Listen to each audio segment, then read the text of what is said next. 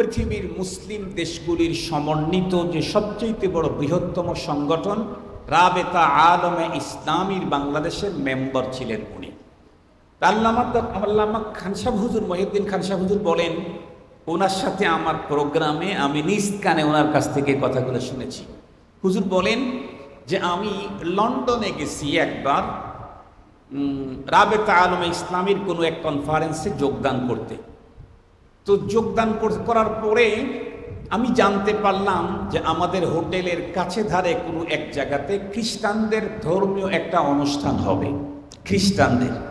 আর সেই অনুষ্ঠানে বর্তমান পৃথিবীর সবচাইতে বড় খ্রিস্টানদের ধর্মীয় বড় বড় পণ্ডিত যারা, তারা এখানে আসবে, তারা বক্তব্য দিবে।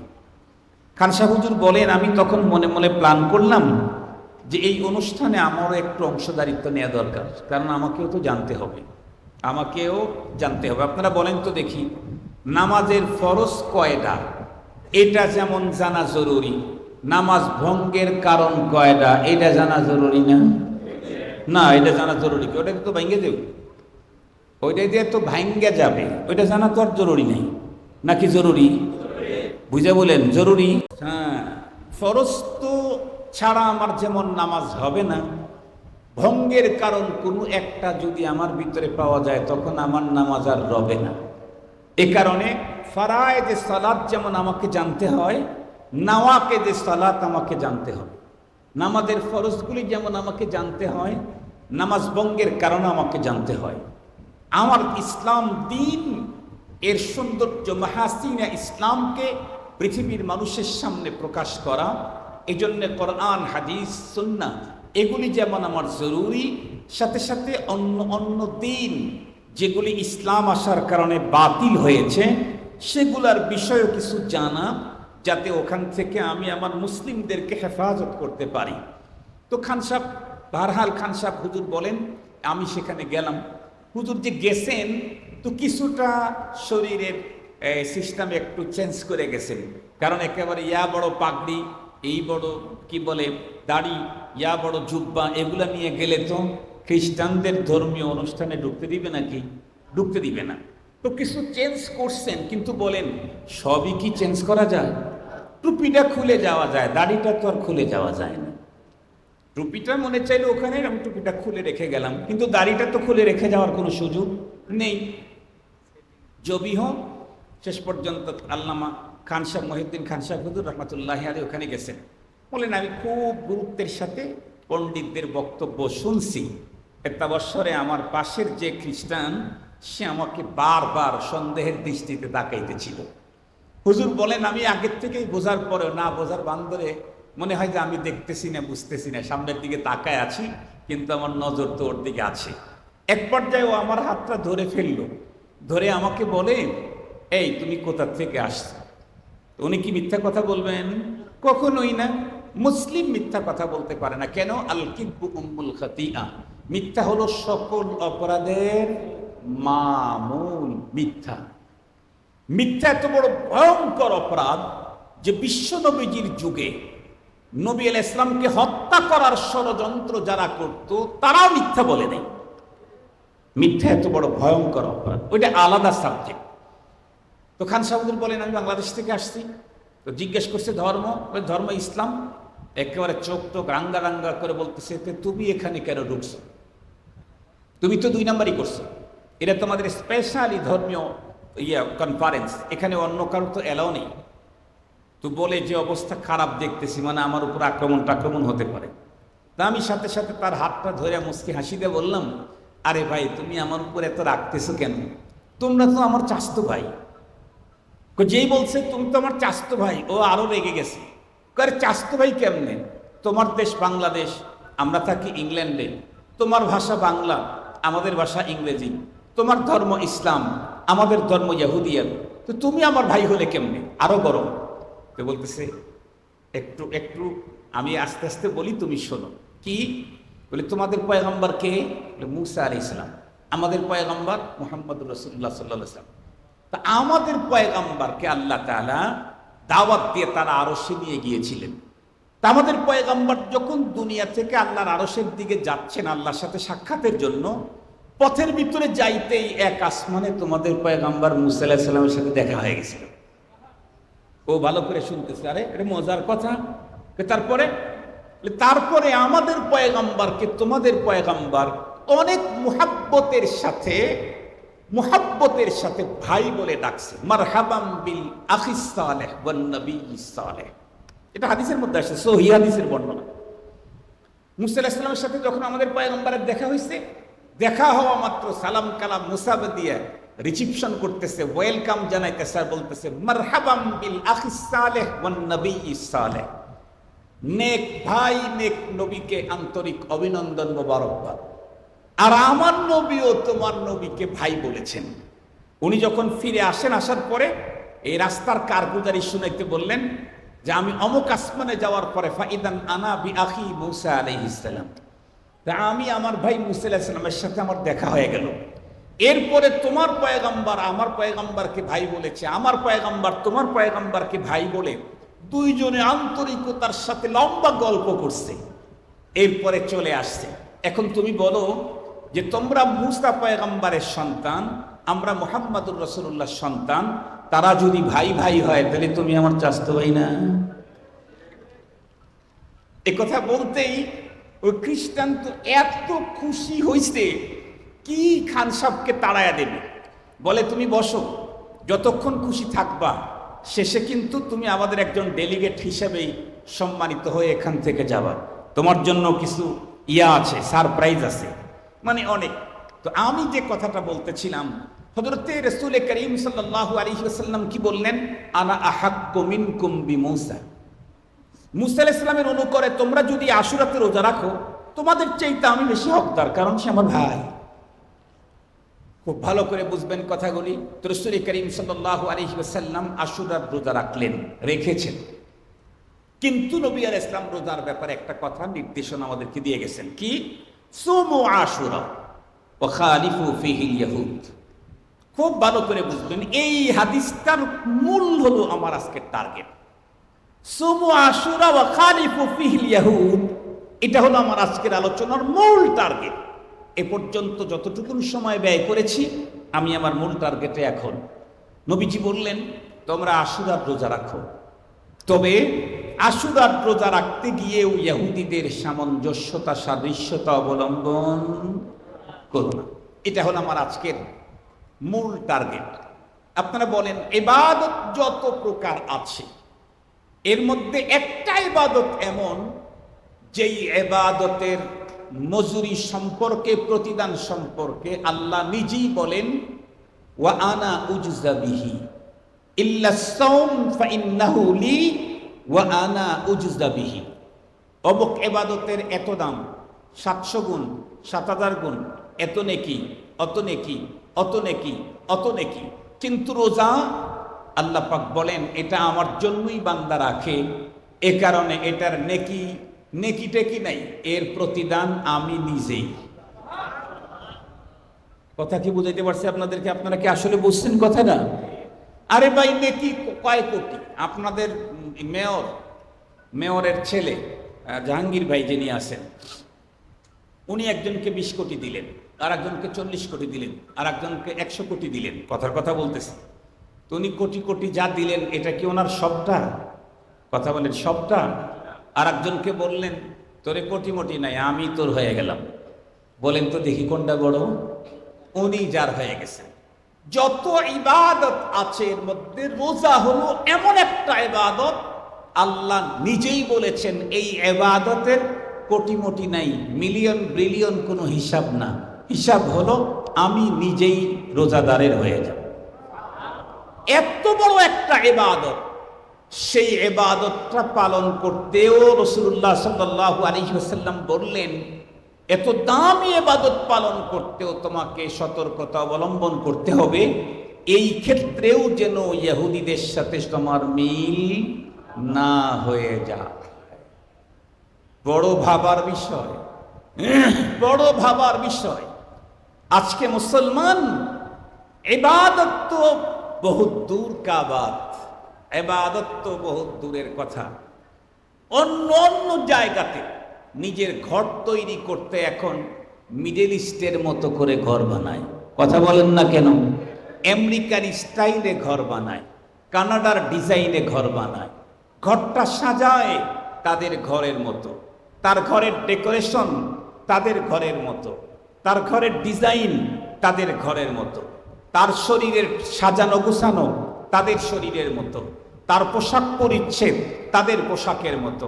আজকে মুসলমান নিজে 5 ওয়াক্ত সালাত জামাতের সাথে ইমামের পিছনেই আদায় করে, কিন্তু তার মেয়ে খ্রিস্টান মেয়েদের মতোই, হিন্দুদের মতোই, বৌদ্ধদের মতোই প্যান্ট শার্ট টাই কোট পরে রাস্তায় বেড়ায়। বলুন তো দেখি, এটি কি মুসলমানদের সাদৃশ্য? মুসলমানদের সাদৃশ্য? মুসলমানদের মতো নামাজ রোজা এত বড় গুরুত্বপূর্ণ ইবাদত, সেই ইবাদতে যদি ইহুদিদের সাদৃশ্য অবলম্বন করা আমাদের জন্য হারাম হয়, তাহলে পোশাক পরিচ্ছেদে আমি যার মতো করে সাজবো, আমাকে তার কাতারে দাঁড় হতে হবে। ঘর তৈরি করতে আমি যার ডিজাইন নেব, পরে আমাকে তার সিরিয়ালে থাকতে হবে। আমার দেহটাকে সাজাইতে আমি যাকে মডেল মানব, পরে তার সিরিয়ালে আমাকে দাঁড় করায় দেওয়া হবে। আমার বক্তব্য না, মুহাম্মদুর রাসূলুল্লাহ সাল্লাল্লাহু আলাইহি ওয়াসাল্লাম ইরশাদ করেছেন, মান তাশাব্বাহা বিকাউমিন ফাহুয়া মিনহুম, মান তাশাব্বাহা বিকাউমিন ফাহুয়া মিনহুম। আজকে অত্যন্ত দুঃখের সাথে বলতে হয়, মুসলমানের সন্তানেরা অতি অল্প দিনের ভিতরে ইসলামী সংস্কৃতি হারিয়ে ফেলবে, ইসলামী সভ্যতা হারিয়ে ফেলবে। আপনারা শুনলে অবাক হবেন। ওই কিসের কোরবানির অল্প কিছুদিন আগে আমি ইন্ডিয়াতে চিকিৎসা নিতে গিয়েছিলাম। ওইখানে এক নামি দামি হসপিটালে গেলাম। সেখানে আমি আমার চোখ দেখানোর জন্য যাওয়ার পরে একজন ডাক্তারের সাথে আমার সাক্ষাৎ হলো, মেয়ে ডাক্তার। আমি শুনলাম সে মুসলিম, কিন্তু তার পোশাক পরিচ্ছেদ কিছু হিন্দুকেও হার মানায় দিয়েছে। তার পোশাক পরিচ্ছেদ কিছু হিন্দুকেও হার মানায় দিয়েছে। মুহতারাম হাজিরিন, সামনের দিনে আমাদের সমাজ, আমাদের প্রজন্ম অগ্রসর হচ্ছে হিন্দুত্ববাদের দিকে। ষড়যন্ত্র ওপার থেকেও আসে, উপর থেকেও আসে। ষড়যন্ত্র, কথা বলেন, ওপার থেকেও আসে, উপর থেকেও আসে। উপর বোঝেন তো? ওই যে আমাদের অনেক ভাইরা বলে, হুজুর আমাদের মনে তো চায় না আপনাদের উপরে কিছু করতে, কিন্তু কি করব, উপরের নির্দেশ। উপর থেকেও ষড়যন্ত্র আসে, ওপার থেকেও। কাঁটাতারের ওপার, কথা বলেন না কেন? কাঁটাতারের ওপার, ওপার থেকে ষড়যন্ত্র আছে, উপর থেকেও ষড়যন্ত্র আছে। এদেশের ম্যাক্সিমাম উপরের চেয়ারগুলা ওপারের লোকেরাই দখল করে আছে। মুহতারাম হাজিরিন, ইসলাহি মজলিস, দরসে বুখারীর অনুষ্ঠান, এর চাইতে বেশি কিছু বলতে চাই না। কিছু প্রশংসা তো করতেই হয়। আমাদের দেশ অনেক উন্নত, অনেক উন্নত। কেমন উন্নত? আপনি সারা দুনিয়ায় এমন উন্নত খুঁজে পাওয়া বড় কঠিন আছে। যদি বলেন কেমনে, আপনি দেখেন আমেরিকায় যান, কানাডায় যান, যান সিঙ্গাপুরে, পাবেন না এমন যে নর্মাল একজন ড্রাইভারের এত কোটি কোটি টাকা। এটা বাংলাদেশের ড্রাইভারদের আছে। যে দেশে ড্রাইভারদের কোটি কোটি মিলিয়ন ডলার থাকে, সে দেশে গরিব কোথায়? ড্রাইভারেরই কোটি কোটি ডলার, কোটি কোটি ডলার। মুহতারাম হাজিরিন, এই জন্য অনেক উন্নত দেশ, কিন্তু নীতির দিক থেকে না, দুর্নীতির দিক থেকে। আল্লাহ পাক আমাদেরকে বুঝার তৌফিক দান করুন। মনে রাখতে হবে আমাদের সকলকে, দুনিয়াই শেষ না। দুনিয়াই, কথা বলেন, দুনিয়াই বরং ওয়াল আখিরাতু খায়রুন ওয়া আবকা। আখিরাত শুধু শ্রেষ্ঠ না, চিরস্থায়ী। দুনিয়া, দুনিয়া তো ক্ষণস্থায়ী। আর দুনিয়া মালউন, দুনিয়া তো ক্ষণস্থায়ী, একেবারে অল্প সময়। কুল্লু মান আলাইহা ফান ওয়া ইয়াবকা ওয়াজহু রাব্বিকা যুল জালালি ওয়াল ইকরাম। पहाड़े फाड़े जाएगे, ज़मीं पर ज़लज़ला होगा, मोहम्मद तख्त पर होगी अदालत बर खुदा होगा। ये चमन सहरा भी होगा, ये खबर बुलबुल को दो, ताकि अपनी जिंदगी को सोच कर कुर्बान करे, ताकि अपनी जिंदगी को सोच कर कुर्बान करे। এ ফুল বাগান, এ সুন্দর ধরাধাম, এ অত্যন্ত বিউটিফুল গধূলি নিঃসন্দেহে একদিন শেষ হয়ে যাবে। আমাকে রবের সামনে দাঁড় হতেই হবে। কেউ আমাকে সেখান থেকে সেভ করার মতো নেই, কেউ নেই। এই জন্য নীতির উপরে থাকাই ভালো দুর্নীতির চাইতে, না আপনারা কি বলেন? তাহলে নীতিতে যদি আমরা বিশ্ব সেরা হইতে পারতাম, মজাটা সবারই হইতো। দুর্নীতিতে বিশ্ব সেরা হয়ে কিছু লোকের মজা হলেও অধিকাংশ লোকের কান্নার, চোখের পানি আর দীর্ঘ নিঃশ্বাস। দুর্নীতিতে শীর্ষ হওয়ার কারণে কিছু লোকের মজা হলেও অধিকাংশ মানুষের দীর্ঘশ্বাস, দীর্ঘ অবস্থা বহুত বড় খারাপ। আল্লাহ পাক আমাদের সকলকে সহি সমঝ দান করুন। তো আমি বলতেছিলাম যে কি বলে, ইবাদতের মধ্যেও যদি অন্যদের সাদৃশ্য অবলম্বন করা না যায়, তাহলে অন্য কোনো জায়গাতে অন্যদের মতো করে যদি চলি, তাহলে আমার ক্ষমা বড় কঠিন হয়ে যাবে। ঠিক বললাম না? ঠিক বললাম মুহতারাম হাজিরিন। অথচ আমার দেশের কিছু অনেক বড় বড় মানুষ, যাদের মতো বড় হওয়া হয়তো আমাদের জীবনেও সম্ভব হবে না, এত বড় জায়গা থেকে স্লোগান কি আসে? স্লোগান আসে হলো ধর্ম যার যার উৎসব সবার। ধর্ম যার যার উৎসব সবার। বলুন তো দেখি, এই কিছুক্ষণ আগে যে হাদিসটা শুনলেন যে তোমরা রোজা রাখো আশুরাতে, কারণ এই তারিখে আল্লাহ পাকের বহুত বড় ইহসান হয়েছে। ফেরাউনের হাত থেকে কওমে মুসা আলাইহিস সালামের কওম পয়গম্বরকে আল্লাহ পাক হেফাজত করেছেন।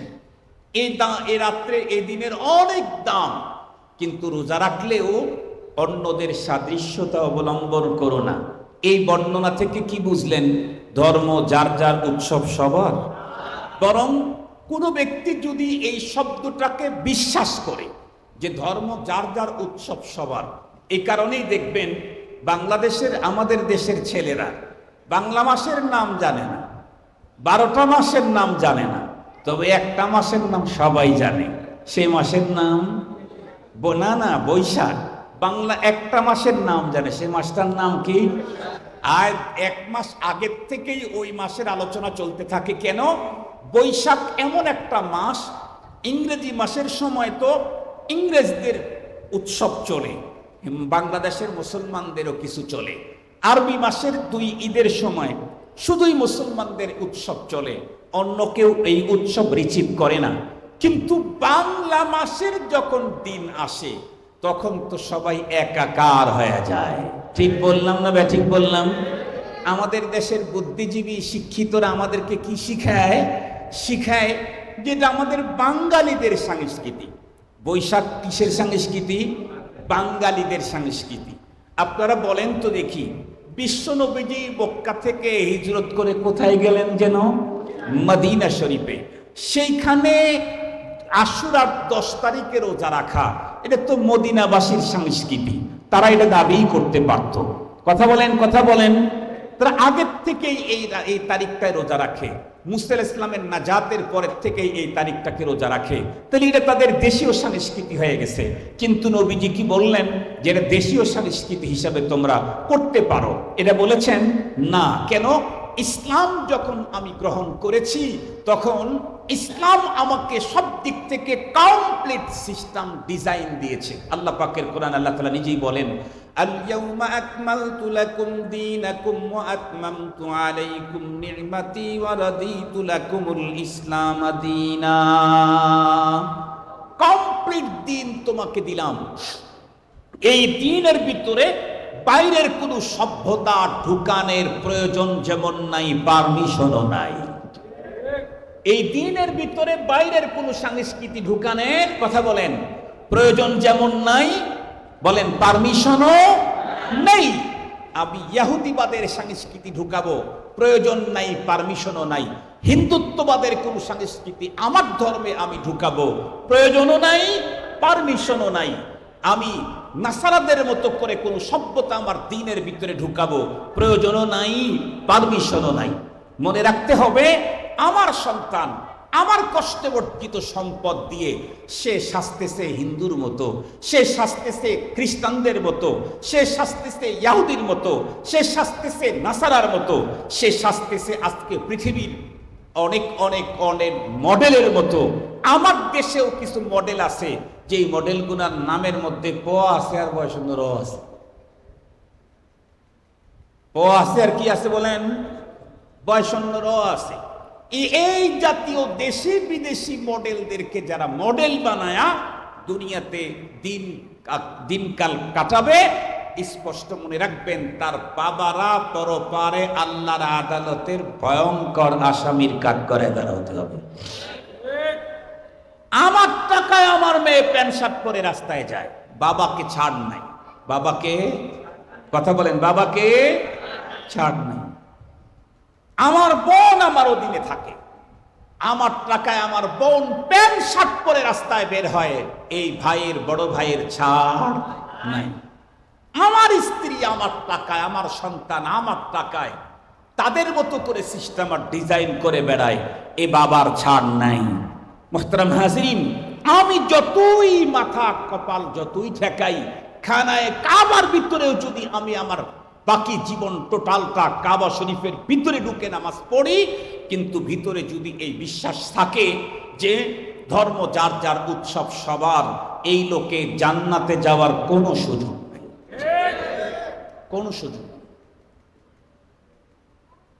এই জন্যে মুসলমান ভাই, যতটুক পর্যন্ত মাইকের আওয়াজ যায়, একটা বিষয়ে আমি আপনাদেরকে সতর্ক করাইতে চাই। আল্লাহ পাক রব্বুল আলামিন আমাকেও হেফাজত করুক, পুরা মুসলিম উম্মাকে হেফাজত করুক।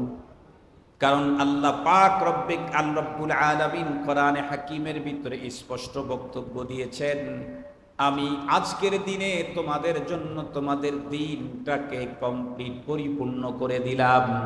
আমার দিনের কোনো এক জায়গাতে অন্য কোনো জায়গা থেকে কোনো সভ্যতার সংস্কৃতি ধার নেওয়ার পারমিশন নাই। বরং কি করতে হবে ভালো করে বুঝবেন, বরং পুরা জীবনটাকে যদি সাজাইতেই হয়, ওই মানুষটার সাজে সাজবো যেই মানুষটার চাইতে সুন্দর মানুষ আল্লাহ পাক রব্বুল আলামিন পৃথিবীতে আর এক পিছু তৈরি করেন নাই। সেই মানুষটাই হলেন নবিয়ুনা শফিউনা হাবিবুনা মুহাম্মাদুর রাসূলুল্লাহ সাল্লাল্লাহু আলাইহি ওয়াসাল্লাম।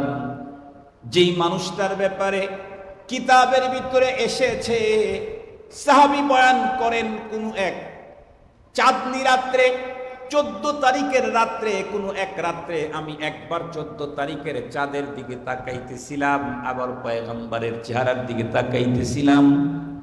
কয়েকবার তাকানোর পরেও আমি নিজেকে সিদ্ধান্তে পৌঁছাইতে পারতেছি না কার চেহারাটা বেশি সুন্দর।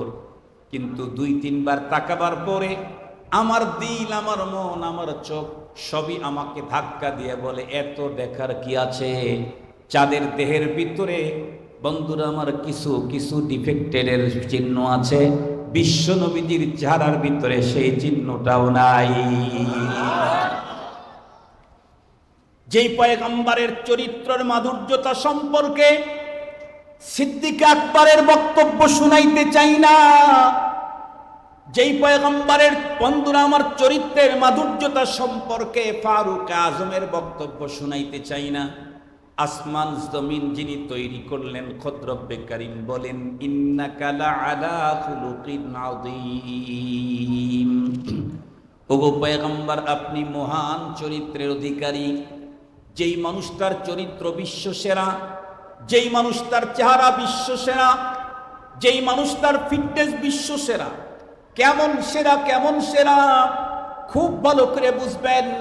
আম্মাজান আয়েশা সিদ্দিকা রাদিয়াল্লাহু তাআলা আনহা নিজেই বলেছেন, জুলাইখার যেই সমস্ত লোকেরা হযরত ইউসুফ পয়গম্বরকে দেখার জন্য যাদেরকে জুলাইখা আমন্ত্রণ করেছিলেন, হযরতে ইউসুফ পয়গম্বরকে যখন দেখে ফেললেন নারীরা, ফালাম্মা রাআইনাহু আকবারনাহু ওয়া কাত্তানা আইদিয়াহুন্না ওয়া কুলনা হাশা লিল্লাহি মা হাযা বাশারা ইন হাযা ইল্লা মালাকুন কারীম।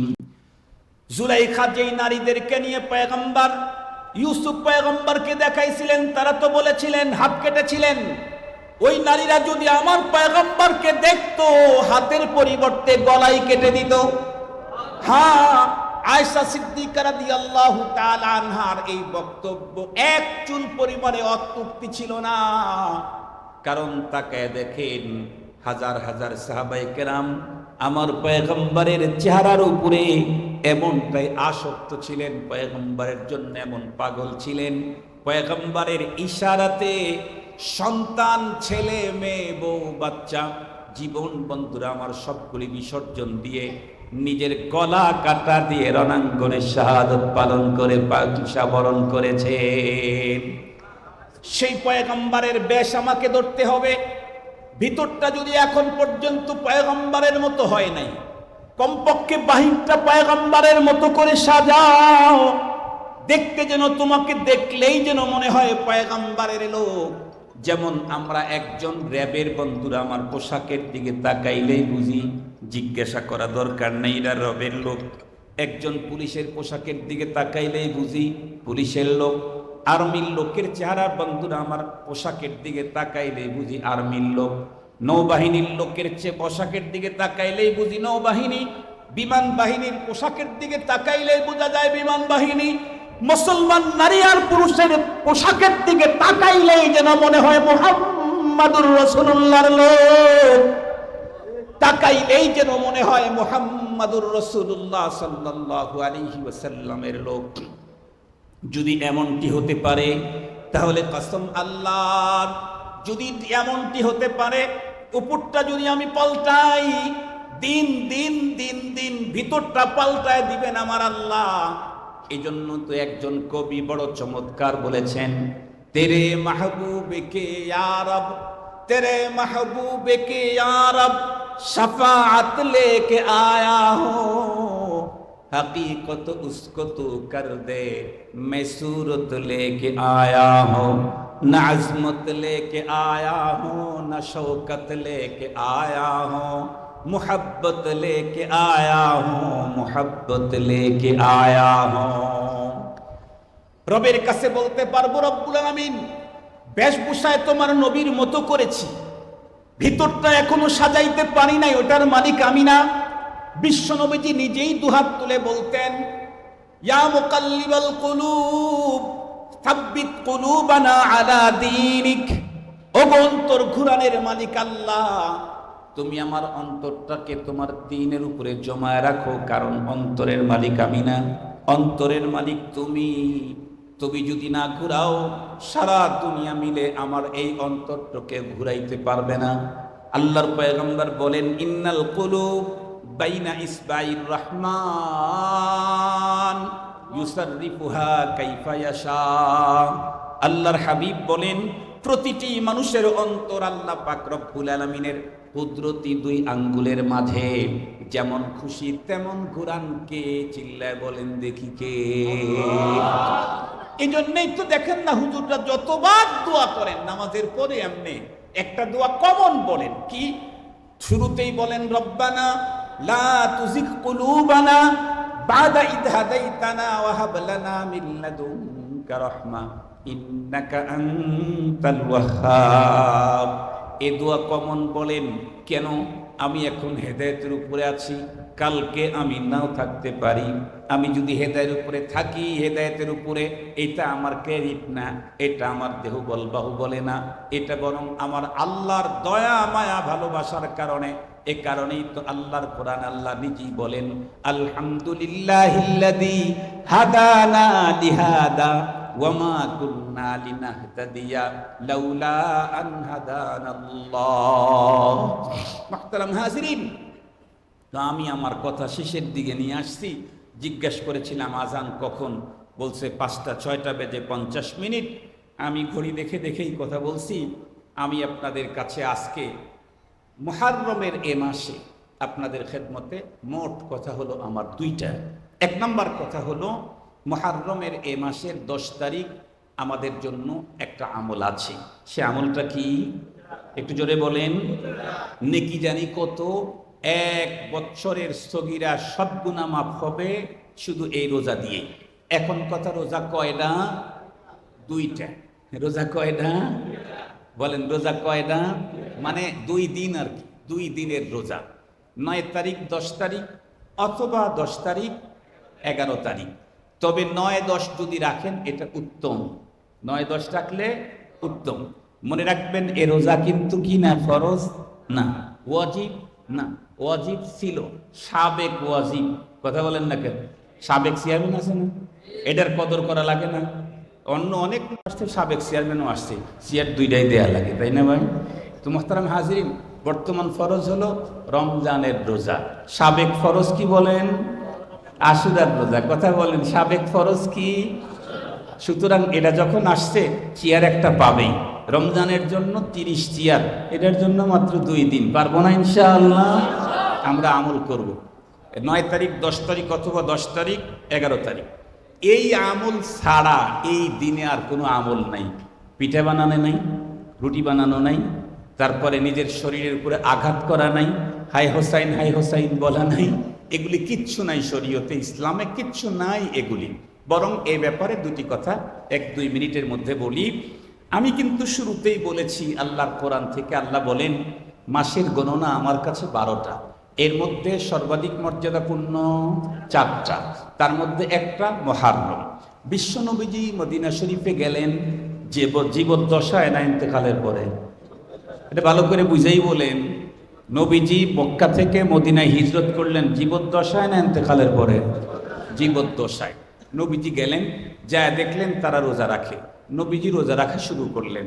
এক হাদিসে আছে, নবীজি বললেন, আমি যদি আগামী বছর বেঁচে থাকি 2টা রোজা রাখবো। পরে আর নবীজি বেঁচে ছিলেন না। আমাদের জন্য 2টা রোজা রাখার সিস্টেম। এখন কথা হলো, আমাদের দেশে অনেক মানুষ বিষাদ সিন্ধু পড়ার কারণে, বিষাদ সিন্ধু পড়ছে, পড়ে হযরতে হুসাইন রাদিয়াল্লাহু তাআলা আনহুর মর্মান্তিক নির্মম শাহাদতের এই ঘটনাটা ওইখান থেকে পড়ার কারণে খুব কাঁদতে থাকে। কেঁদে কেটে এই দিনটার মর্যাদা দেয় হলো যে এই দিনের মর্যাদা মূলত পয়গম্বরের নাতি এই তারিখে শহীদ হয়েছে, তাই এই দিনের মর্যাদা বাড়ছে। এই কথাটা কি শুদ্ধ না ভুল? এই দিনের এই তারিখের মর্যাদা, এই মাসের মর্যাদা কি হুসাইন রাদিয়াল্লাহু আনহুর শাহাদতের পরে, না হুসাইন রাদিয়াল্লাহু আনহুর নানারও জন্মের আগে? বিশ্বনবীজির জন্মের, আদম আলাইহিস সালাম জন্মের আগে এই মাসের মর্যাদা। আদম আলাইহিস সালাম তখন জন্ম নেয় নাই, তখন তো আসমান জমিন তৈরি করছে, নাকি আগে আদম আলাইহিস সালামকে তৈরি করছে পরে আসমান জমিন বানাইছে? এরকম না, আগে বানাইছে আসমান জমিন, তারপরে আদম আলাইহিস সালামকে তৈরি করছেন। 2 নাম্বার কথা হলো, হযরতে হুসাইন নবী আলাইহিস সালাম এই দিনের এই 10 তারিখের মর্যাদার জন্য রোজা রেখেছেন। তখন কি হুসাইন রাদিয়াল্লাহু তাআলা শহীদ হয়েছিলেন? না, নবীজি দুনিয়া থেকে চলে যাওয়ার আরো কয়েক বছর হুসাইন রাদিয়াল্লাহু আনহু দুনিয়াতে বেঁচে ছিলেন।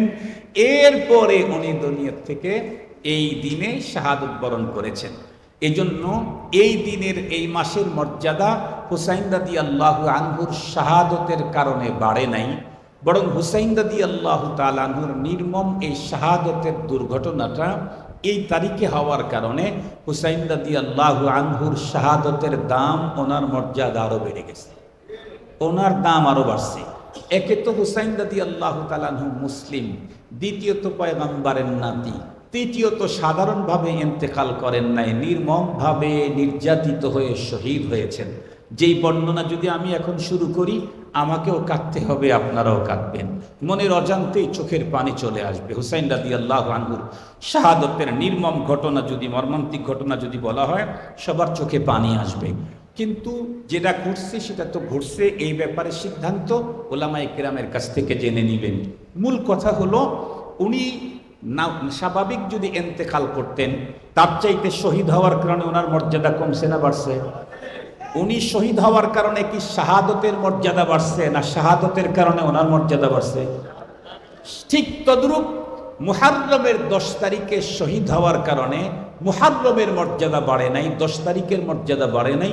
হুসাইন রাদিয়াল্লাহু আনহু পয়গম্বরের এই নাতি, এই তারিখে শাহাদত সংগঠিত হওয়ার কারণে ওনার মর্যাদা আরো বেড়ে গেছে। কথা কি বুঝাইতে পারছি? আল্লাহ পাক আমাদেরকে আলোচিত কথা বুঝা, হৃদয়ঙ্গম করা, সহি তরিকা আমল করার তৌফিক দান করুক। আখিরু দাওয়ানা আলহামদুলিল্লাহি রাব্বিল আলামিন। আসসালামু আলাইকুম ওয়া রাহমাতুল্লাহ।